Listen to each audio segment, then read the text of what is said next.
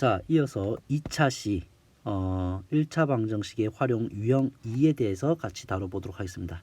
이번 시간에는 선생님하고 연속하는 수에 대한 문제와 자릿수에 대한 문제를 같이 다뤄보도록 할게요. 자, 먼저 방정식을 활용해서 연속하는 수에 대한 유형의 문제가 나올 수 있는데 그때 우리가 어떻게 접근하는지를 생각해 볼게요. 만약에 문제 상황에서 연속하는 두 정수라는 말이 들어가면 그 두 정수를 우리가 미지수로 표현해야 될 거 아니에요. 우리는 항상 미지수 표현해야 되겠죠. 우리는 제일 먼저 뭐 하는 거예요? 미지수 설정을 하는데 연속하는 두 정수니까 그러니까 두 개의 수를 미지수로 설정해야 되는데 그것을 x, y 이렇게 두면은 굉장히 난감하겠죠. 여러분들은 미지수 하나도 어려워하는데 두 개가 있으면은 안 될 거 아니에요. 그런데 이렇게 서로 다른 값으로 미지수를 잡을 필요 없이 어떤 정보가 있기 때문에 연속한다는 말이 있기 때문에 이것을 x 말고 y라고 안 두고 연속한다는 것은 정수라고 하는 것은 뭐 예를 들어서 연속하는 두 정수 1, 2 또는 뭐 5, 6, 8, 9 다 뭐예요? 하나의 값에서부터 다른 값은 그 전의 값에서 1을 더한 거잖아요. 6이라고 하는 것도 5에다가 1을 더한 거고 9라는 것도 8에다가 1을 더한 거잖아요. 그러니까 우리가 연속한다라는 말이 있으면은 우리는 뭐 할 수 있냐 하면은 이 y 대신에 뭐라고 써도 되냐 하면 y 대신에 하나의 수를 미지수를 x라고 했으면 y 대신에 x 플러스 1 이렇게 해서 하나는 x 하나는 뭐라고? x 나머지 하나는 x 플러스 1 이렇게 둘 수도 있고 하나면 아니면 큰 값을 x라고 뒀으면 작은 값은 x 마이너스 1 이렇게 둬도 되는 거죠. 그러면 연속한 두 정수를 표현한 게 되는 거지. 연속하는 세 정수라고 하면요. 그때는 우리가 미지수 x를 가장 가운데 있는 값, 중간 값을 미지수 x라고 두고 그거보다 하나 적은 연속하는 정수는 x 마이너스 1이라고 표현하면 될 거고 그거보다 하나 큰 것은 1을 더해서 x 플러스 1 이렇게 표현해서 세 개의 정수를 x 마이너스 1, x 플러스 1 이렇게 여러분들이 설정할 수가 있는 거죠. 물론 가장 작은 값을 x라고 두고 그 다음 큰 값을 x 플러스 1, 그 다음 큰 값을 x 플러스 2 이렇게 둬도 되는데 선생님의 경험에 의하면은 센터에다가 x를 두고 좌우로 하나는 적게 하나는 크게 이렇게 배치하는 게 나중에 계산을 하는 데 있어서 훨씬 더 간결하고 효율적이라는 것들 미리 얘기해 줄게요. 그래서 선생님이 추천하는 것은 가운데 센터에 x를 두고 왼쪽에 x-1 작은 값은 x-1 큰 값은 x 플러스 1로 두는 게 좋다라고 얘기하겠습니다. 자, 그 다음에 연속하는 뭐가 있다고 하면 연속하는 두 짝수 이렇게 하면은 예를 들어서 연속한 두 짝수는 뭐 있어요? 2, 4, 뭐 6, 8, 뭐 12, 14. 다 어때요? 간격이 2 차이 나잖아요. 2 차이 나죠. 그러니까 하나의 값을 뭐라고 뒀다면 하나의 값을 x라고 뒀다면 나머지 하나의 값은 하나 건너뛰어야 되니까 x 플러스 2 이렇게 두면 되겠죠. 연속하는 세 짝수라고 하면은 세수는 우리가 가운데를 뭐라고 두라고? x라고 두라고 그랬잖아. 그리고 그거보다 작은 값은 이번에는 뭐 짝수니까 하나 건너뛰어야 하니까 마이너스 2씩 건너뛰어야 되겠죠. 큰 값도 플러스 2로 건너뛰어야 되겠지. 그래서 하나의 값을 센터에 x라고 뒀으면 작은 값은 x 마이너스 2, 큰 값은 x 플러스 2. 물론 홀수에 대해서도 같은 얘기를 할 수 있어요. 자, 이렇게 우리가 미지수를 우리가 연속하는 두 정수, 연속하는 세 정수, 연속하는 두 짝수 또는 홀수, 연속하는 세 짝수 또는 홀수 이런 것들이 나오면은 우리가 미지수를 설정하는 데 있어서 약간 특별한 스킬, 규칙이 필요하다라고 하는 걸 여러분한테 알려줄게요. 그래서 관련된 문제 하나 풀면서 같이 다뤄보도록 하죠. 자, 우리는 연속하는 세 짝수의 합이 30이라고 했어요. 연속하는 세 짝수예요. 그러면 이 세 개의 짝수를 다 뭐로 표현해야 돼? 미지수로 표현해야 되는데, 자, 세수니까 세수를 이렇게 가져오죠. 하나 가운데를 센터를 x, 세 개일 때는 가운데를 x라고 두고, 그다음 간격이 1이 아니고 뭐예요? 2씩 좌우로 떨어져 있을 거 아니에요. 그러면 가운데 값을 중간 값을 x라고 뒀으면 그보다 작은 값은 x-2라고 쓰면 되고 그보다 큰 짝수는 x 플러스 2 이렇게 두면 되겠죠. 그래서 세 짝수를 지금 미지수 처리했습니까? 우리 제일 먼저 미지수 처리했죠. 미지수 설정 방정식 활용 문제 첫 번째 단계죠. 미지수 설정이 끝났어요. 그 다음 이제는 뭐 해야 돼요? 방정식 구성이죠. 2번 방정식 구성. 그건 뭘 이용하면 돼? 이 세 짝수가 다 더하면 30이 된다는 걸 이용하면 되잖아요. 그래서 지금 세수 뭐예요? 가장 작은 값은 x-2. 그 다음에 중간 값은 x. 가장 큰 값은 x 플러스 2잖아. 이 세수의 합은 얼마다? 30. 지금 뭐 했어요, 선생님? 방정식 구성했네요. 맞습니까? 지금 1번 문제 풀었네요. 방정식 세우는 것까지 했으니까. 그 다음에 방정식을 풀어서 연속하는 세 짝수를 구하시오 했으니까 일단 x값 구해볼게요. 자, 딱 봤더니 우리가 괄호를 그냥 벗겨도 되죠. 마이너스 2와 플러스 2 없어집니까? 그 다음에 동류항 x와 x가 만나서 몇 x가 됩니까? 3x가 되고 는 얼마가 돼? 우변 30 이렇게 되겠네요. 그러면 이 3이라고 하는 것은 자 개수니까 넘어가면 3분의 1로 넘어가서 누구와 곱해져? 30과 곱해지겠죠. 자 그러면 x는 30 곱하기 3분의 1 하니까 약분해서 얼마? 10 이렇게 되겠네요.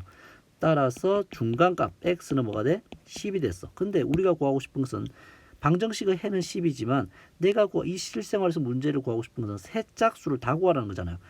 우리가 x가 뭐였어요? 중간값이었잖아요. 그럼 10이겠죠. 그러면 10보다 작은 짝수는 뭐예요? 2 적은 8이겠죠. 10보다 큰 짝수는요. 2보다 큰 10이겠죠. 이 세 개가 바로 우리가 구하고 싶었던 세 짝수가 되겠죠. 그래서 방정식의 해는 10이지만 이 실생활 문제에서 요구한 것은 세 짝수니까 8, 10, 12가 답이 돼야 되겠네요. 아시겠습니까? 자, 이어서 이제 자릿수에 대한 유형을 다뤄볼 건데 이거는 좀 더 중요한 것 같아요. 앞에 거보다. 자, 예를 들어서 선생님이 설명을 먼저 해주는 게 좋을 것 같아요. 자, 예를 들어서 예를 들어서 256이라고 하는 세 자리의 숫자가 있다고 치자. 자, 그러면 얘는 우리가 단위를 자르면 200원 그 다음에 더하기 요것만 볼게요. 2라고 하는 게 뭐를 의미하는 거야? 200을 의미하는 거잖아요. 그 다음에 이 5라고 하는 것은 뭘 의미하는 거예요? 256에서 5라는 것은 바로 50을 의미하는 거죠. 맞습니까? 그 다음에 이 6이라고 하는 아이는 뭐예요? 말 그대로 6을 의미하는 거죠. 그죠? 그래서 이 2라고 하는 것을 통해서 200을 의미하는 것을 느끼고 이 5라고 하는 값은 256에서 5는 50을 의미하는 거고 그 다음에 6은 6을 의미하는 거. 그래서 이렇게 세 부분으로 나눌 수 있겠습니까? 나눌 수가 있겠죠. 그러면 얘를 다시 써보면 이제 그냥 평범하게 쓰면 200은 뭐예요? 앞에 있는 이 2에다가 얼마가 곱해진 거야? 200이니까 곱하기 100 한 거죠. 그죠? 그 다음에 더하기 이 5라고 하는 것은 이 자리의 숫자 5를 가져와서 자 이게 잘 봐. 2라고 하는 것을 가져와서 곱하기 100 한 거고 5는 5를 가져와서 뭐 한 거야? 50짜리니까 곱하기 10 한 거겠죠. 그 다음에 6이라고 하는 아이는 어때요? 그냥 바로 이렇게 와서 6을 의미하는 거겠죠. 그래서 너네가 2를 보면서 2 곱하기 100을 느낄 수 있겠습니까? 그 다음에 이 5를 보면서 5 곱하기 10을 느낄 수 있겠습니까? 그 다음에 이 6을 보면서 6을 느낄 수 있겠습니까? 이게 느껴져야 되는 거예요. 자, 그래서 예를 들면 그래서 그냥 문자 A, B, C라는 거야. 그럼 얘는 어떻게 바라볼 수 있는 거야? A 곱하기 사실 이 A가 말하는 것은 A 곱하기 100을 의미하는 거죠. 100A. 그 다음에 이 P라고 하는 것은 B 곱하기 10을 의미하는 거죠. C라고 하는 것은 C를 의미하는 거예요. 그래서 이 A가 그대로 여기로 오는 거고 이 B가 바로 여기에 와져서 이렇게 식이 표현되는 거고 그 다음에 이 C는 바로 여기 와서 이 C를 구성하는 거. 그래서 여러분들 이 ABC가 100A, 10B, C 이렇게 전개돼서 표현할 수 있니? 라고 하는 게 바로 이 문제예요. 100의 자리가 A, 10의 자리가 B, 1의 자리가 1인 세 자리 자연수는 100A 플러스 10B 플러스 C로 표현한다. 위에 1번도 10의 자리 숫자가 A, 1의 자리 숫자가 B라고 하면 10A 플러스 B로 그것을 쓴다.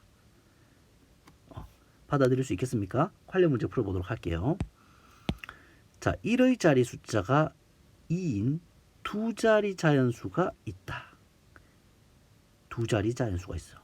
그러면 이 자연수의 10의 자리 숫자와 1의 자리 숫자를 바꾼 수는 처음 수보다 9만큼 작을 때 처음 수를 구하라 하고 있어요.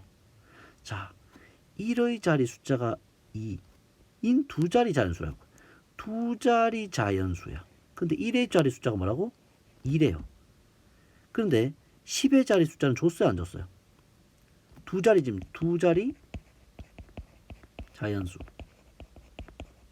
처음 두 자리 자연수라고 하죠. 처음 수예요. 이거 처음 수. 두 자리 자연수. 근데 두 자리 자연수인데 10자리 값이 안 보이잖아요. 그죠? 잠깐만. 좀 기다려 주세요. 다시 펼쳐졌네요. 자, 그 10자리 숫자 뭐라고 할까? A라고 할까, 얘들아? A이라는 이렇게 표현된 두 자리 자연수예요. 10자리 숫자를 지금 안 줘가지고 그냥 A라고 썼어. 그러면 이것의 실제 의미는 뭐예요? 10A 플러스 2죠. 왜냐하면 A는 10자리 자리에 있으니까 10A겠죠. 얘는 1자리니까 그냥 2고. 그죠? 10A 플러스 2죠. 10A 플러스 2. 이게 처음 수예요. 처음 수. 얘가 처음 수예요. 근데 그 다음에 봐요. 이 자연수의 10자리 숫자와 1자리 숫자를 바꾼 수. 바꾼 수. 바꾼 수라고 하는 것은 뭐예요? 이 둘을 바꾸라는 거잖아요. 위치를. 그럼 뭐가 돼요? 10자리가 2, 1자리가 A인 수가 될 거 아니에요. 이것은 의미는 뭐야? 2 곱하기 10. 바로 얘가 이거 이런. 바로 얘가 이거죠. 2 곱하기 10이 2를 의미하는 거죠. 실제 값이. 그 다음 뭐예요? 1의 자리 숫자가 뭐니까? A니까 바로 여기다가 A 이렇게 된 게 바꾼수죠. 바꾼수. 얘가 바꾼수예요. 근데 지금 문제를 보면 자, 이때 바꾼수는 처음 수보다 9만큼 작대요. 이 바꾼수는 처음 수보다 9만큼 작대요. 바꾼수가 더 작아. 그럼 바꾼수에다가 얼마를 더 처리하면 바꾼수가 더 작은 9만큼 작으니까 바꾼수에다가 9를 더 더해주면 처음 수와 뭐가 된다는 거예요? 같아진다라는 거죠. 됐습니까? 그럼 이제 식을 세울 수 있겠네요. 바로 뭐예요? 얘를 좌변, 위에 있는 처음 수를 좌변으로 하면 10a 플러스 2는 뭐가 돼요? 2 곱하기 10 더하기 a니까 뭐 20 더하기 a 거기다가 얼마를 돼? 플러스 9 이렇게 하면 되겠죠. 그러면 이제 풀면 되겠죠. 1차항은 좌변으로 다 보내면 그렇게 하면 뭐가 돼요? 좌변은 9a가 되겠네요. 우변은 여기에 29가 있고 2가 넘어가서 마이너스 2로 갈 테니까 27이 되겠네요. 그러면 9하고 27이 약분된다고 해도 되고 9분의 1이 가서 곱해진다고 해도 되고 따라서 A는 3 이렇게 우리는 A 값을 찾았네요. 자, A 값을 찾았다라는 것은 어디 자리의 값을 찾았다는 거예요? 이게 안 주려더니 바로 어디를 찾았다는 거예요? 바로 이 값 찾았다라는 거죠. 그래서 여기가 A가 2라고 하니까 지금 A가 3이라고 했죠. 그럼 이 자리 숫자가 3이라는 거니까 이 자리가 3으로 바뀌면 되겠네요. 그럼 처음 수는 얼마예요? 32가 되겠네요. 처음 수는 32. 맞습니까? 그렇게 해서 문제를 푸는 거예요. 자, 여러분들 아직 여러분들 초등학교 이제 졸업하고 배운 1차 방정식의 활용 문제 여러분한테는 쉽지 않을 거예요. 하지만 이렇게 유형을 하나하나를 자기 글로 선생님 강의 들으면서 자기 글로 이해하고 곱씹어 나가다 보면 자신감이 점점점 생길 테니까 여러분들 집중해서 선생님 잘 따라오고 모르는 거 있으면 꾸준히 질문하면서 가보도록 합시다. 다음에 또 이어서 유형 나가보도록 할게요.